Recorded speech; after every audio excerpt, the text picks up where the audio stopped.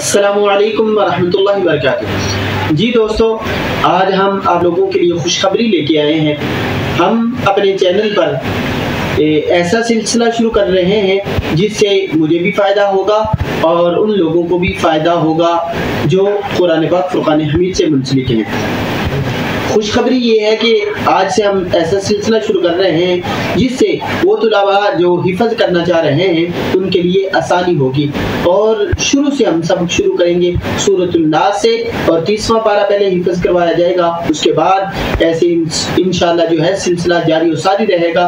और हमारे घरों में बैठी हुई हमारी माएँ बहनें वो भी इससे इस्तिफादा हासिल कर सकती हैं, हमारे बुजुर्ग भी, क्योंकि वो तरीका ऐसा तरीका होगा कि जिस तरह हम किसी तालिब इल्म को सामने बिठाकर पढ़ाते हैं ऐसे ही हम इंशाल्लाह पढ़ाएंगे। और जी शुरू करते हैं सूरतुल नास से। सूरतुल नास ये मक्की सूरत है और हम बिस्मिल्लाह से आगाज करेंगे, औज़ु बिल्लाह और बिस्मिल्लाह से, फिर आगे हम सिलसिला शुरू करते हैं। अऊज़ु बिल्लाहि मिनश शैतानिर रजीम, बिस्मिल्लाहिर रहमानिर रहीम। क़ुल अऊज़ु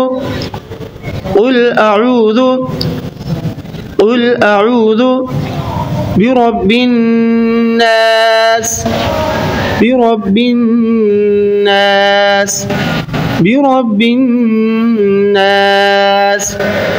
क़ुल अऊज़ु बिरब्बिन नास, मलिकिन नास, मलिकिन नास, मलिकिन नास। इलाहिन नास, इलाहिन नास, इलाहिन नास। मिन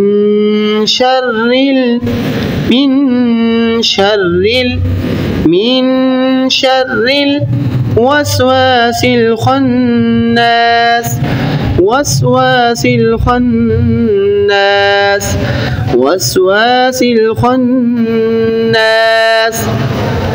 मिन शर्रिल वस्वासिल खन्नास الذي يوسوس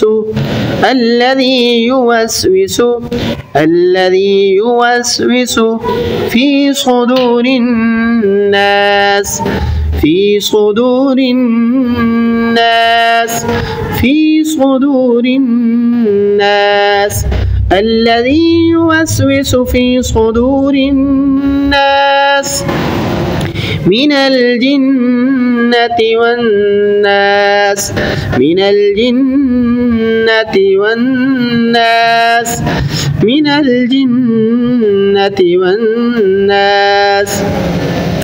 قل أعوذ برب الناس، ملك الناس، إله الناس، من شر الوسواس الخناس الذي يوسوس في صدور الناس من الجنة والناس।